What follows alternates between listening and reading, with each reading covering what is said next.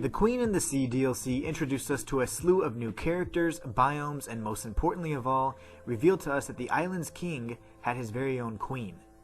Unfortunately for the two lovebirds, it would seem the queen was hell-bent on killing her better half. But what was her motivation for wanting the beheaded dead? Let's explore the events that led the beheaded to the lighthouse and see what secrets we can unveil. The day began as all days on the island did, with a satisfying plop on the blood-soaked floors of the prisoner's quarters.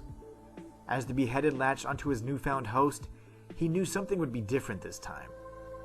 When he approached the exit, he was brought a note from the fisherman inviting him to the toxic sewers.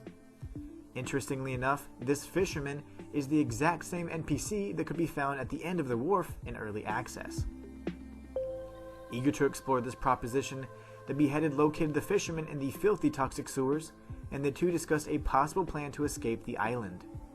At the northernmost point of the island sat an abandoned, extinguished lighthouse. And considering the lack of available seaworthy vessels, heading to the lighthouse and illuminating the beacon would be the best chance at freedom.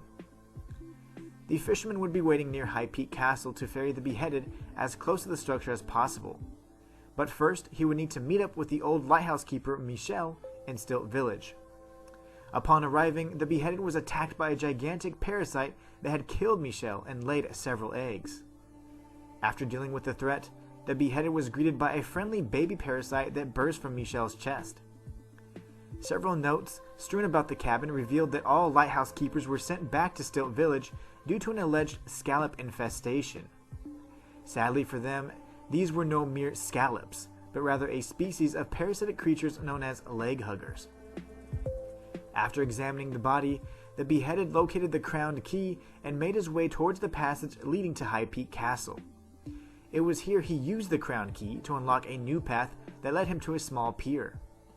The fisherman had procured a small sailboat and docked as close as he could to the abandoned lighthouse. This location was marred by countless wrecked ships and was crawling with leg huggers. As the beheaded carved his way through to the lighthouse, he encountered several new enemies and a unique golden trident. The beheaded had finally made his way to the eighth wonder of the world and reached the lighthouse, whose flame had been long extinguished. That was, right up until the beheaded slammed the door as he passed through the threshold into the massive structure. The lighthouse was set ablaze, and the Queen's three muses began their relentless vertical pursuit. The first of the three muses was Calliope, a powerful warrior that wielded a spiked ball and chain. It's interesting to note that in Greek mythology, Calliope was one of 9 muses who served as physical manifestations of the arts, including poetry, music, and dance, to name a few.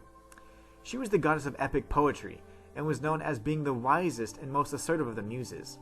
This is fitting considering she was the first to pursue the beheaded after his accidental arson.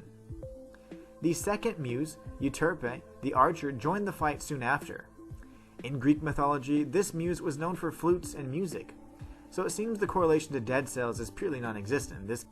After an intense encounter with the two warriors, the third muse, Cleo, equipped with bladed tonfas, came to aid her sisters in arms.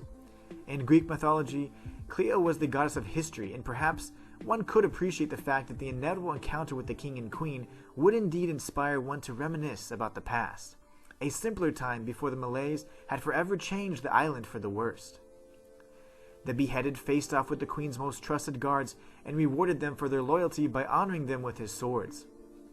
As the flames of the lighthouse reached the peak, the king would finally meet his queen. The queen greeted the king and said that she could not allow anyone or anything to leave the island, fearful that the spread of the Malays could be catastrophic. Depending on the number of boss stem cells activated, the queen would reveal to a greater extent that she would not take any pleasure in killing the king and wished there was another way. Equipped with a rapier that could slice through the fabric of reality itself, the queen engaged the beheaded in mortal combat. Her combat prowess was unlike anything the beheaded had ever before seen, but in the end, his desire to leave the island outweighed the bond with his queen. He mercilessly cast her down into the flames below and caused a brilliant explosion, illuminating the lighthouse once again. Off in the distance, a small boat was spotted on the horizon. Help had arrived at last. That was until the beheaded got a much closer look at his saviors. It seemed the effects of the Malays were further reaching than anyone had ever thought possible. Had the world as they knew it come to an end? Only time will tell, And until next time, it's the Inhuman One signing out.